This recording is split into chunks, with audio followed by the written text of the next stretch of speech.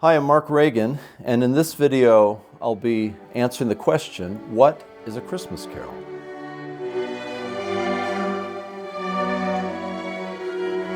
A hymnal is a patchwork of different types of Christian songs. Many favorite and well-known hymns were composed by clergy, writers like Newton and Wesley. Others are psalm paraphrases such as Watts's Jesus Shall Reign or Our God, Our Help in Ages Past. Still others, like What Wondrous Love Is This, are of unknown origin and arose from the people, sacred folk music if you like. The Christmas section of the Cantus paints a similar picture. Here we find hymns, psalm paraphrases, and carols. Hymns and psalms, I know. What is a carol, and what are some examples of it? The New Harvard Dictionary of Music defines a carol commonly as a strophic song, often traditional and connected with the celebration of Christmas. Carols are strophic, and this means that they can carry several stanzas or verses of text. Most songs we know in and out of church are strophic. That carols are traditional and connected with Christmas makes sense to us, but what may be surprising is that non-Christmas carols exist too. And here's one example.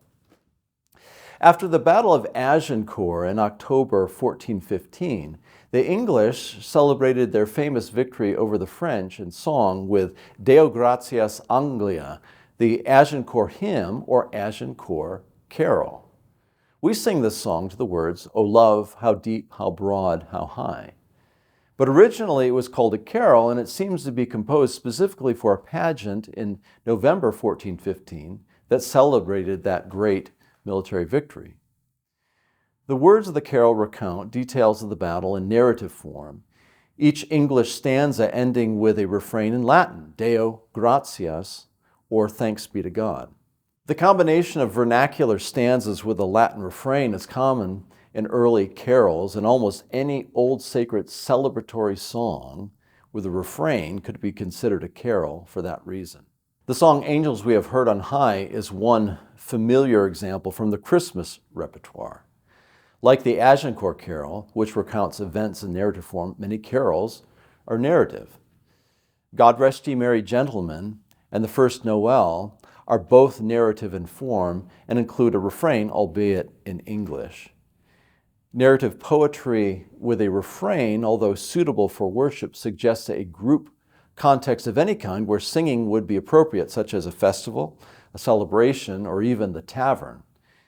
To cite another example, the Sussex carol lacks a refrain, yet the character of the text is somewhat less formal than, say, a doctrinally dense Christmas hymn such as Hark the Herald Angels Sing, or a Watts psalm paraphrase like Joy to the World. Many other traditional carols originated in Christian Europe, but aren't suitable for worship. The Coventry Carol, which was originally composed for a pageant, recalls Herod's slaying of children 2 years and under. Good King Wenceslas recalls a Christian noble who shows charity to the poor. Jingle Bell Rock, just kidding. One reason carols and the songs like them are important is that we have them to thank for the development of Christian hymnody, especially in Protestantism. Luther sought out suitable models for new vernacular hymns and found promising material in songs the commoners were already singing in Christian festivals. Luther recognized that the people lacked teaching from the Bible and so took existing sacred folk hymns, carols effectively, and added new words. Have a cup of cheer and relish your psalms, hymns, and carols.